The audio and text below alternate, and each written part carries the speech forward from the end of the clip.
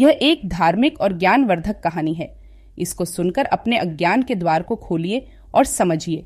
भगवान शिव ने पार्वती जी को बताई अनोखी बात और उसका अनुसरण अच्छे रूप और लोक कल्याण में करें और इस कहानी को बीच में छौड़ कर न जाएं। पूरा सुने नहीं तो आपको पाप भी लग सकता है। एक बार माता पार्वती ने भगवान शिव से कहा कि प्रभु, मैंने पृथ्वी पर देखा है कि जो व्यक्ति पहले से ही अपने प्रारब्ध से दुखी है, आप उसे और ज्यादा दुख प्रदान करते हैं, और जो सुख में है आप उसे दुख नहीं देते हैं। भगवान ने इस बात को समझाने के लिए माता पार्वती को धरती पर चलने के लिए कहा और दोनों ने इंसानी रूप में पति पत्नी का रूप लिया और एक गांव के पास डेरा जमाया। शाम के समय भगवान ने माता पार्वती से कहा कि हम मनुष्य रूप में यहाँ आए हैं, इसलिए यहाँ के नियमों का पालन करते हुए हमें यहाँ भोजन करना होगा। इसलिए मैं भोजन की सामग्री की व्यवस्था करता हूँ, तब तक तुम भोजन बनाने की व्यवस्था बनाओ। भगवान के जाते ही माता पार्वती रसोई में चूल्हे को बनाने के लिए बाहर से ईंटें लेने गईं और गांव में कुछ जर्जर हो चुके मकानों से ईंटें लाकर चूल्हा तैयार कर दिया। चूल्हा तैयार होते ही भगवान वहां पर बिना कुछ लाए ही प्रकट हो गए। माता पार्वती ने उनसे कहा, आप तो कुछ लेकर नहीं आए, भोजन कैसे बनेगा?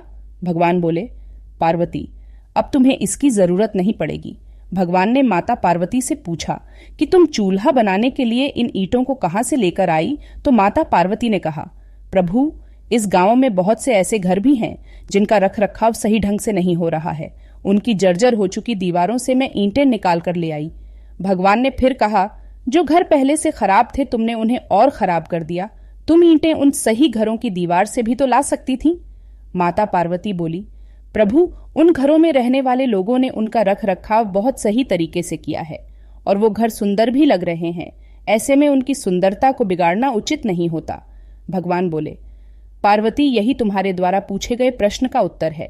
जिन लोगों ने अपने घर का रख रखाव अच्छी तरह से किया है, यानी सही कर्मों से अपने जीवन को सुंदर बना रखा है, उन लोगों को दुख कैसे हो सकता है? मनुष्य के जीवन में जो भी सुखी है वो अपने कर्मों के द्वारा सुखी है और जो दुखी है वो अपने कर्मों के द्वारा दुखी है। इसलिए हर एक मनुष्य को अपने जीवन में ऐसे ही कर्म करने चाहिए कि जिससे इतनी मजबूत व खूबसूरत इमारत खड़ी हो कि कभी भी कोई भी उसकी एक ईंट भी निकालने न पाए। प्रिय बंधुओं व मित्रों, यह काम जरा भी मुश्किल नहीं है। केवल सकारात्मक सोच और निस्वार्थ भावना की आवश्यकता है। इसलिए जीवन में हमेशा सही रास्ते का ही चयन करें और उसी पर चलें। इससे हमको क्या सीखने मिलता है? हमेशा अच्छे कर्म करें, जीवन में हमेशा सही रास्ते का चयन करें। जय जय श्री राम। हर हर महादेव।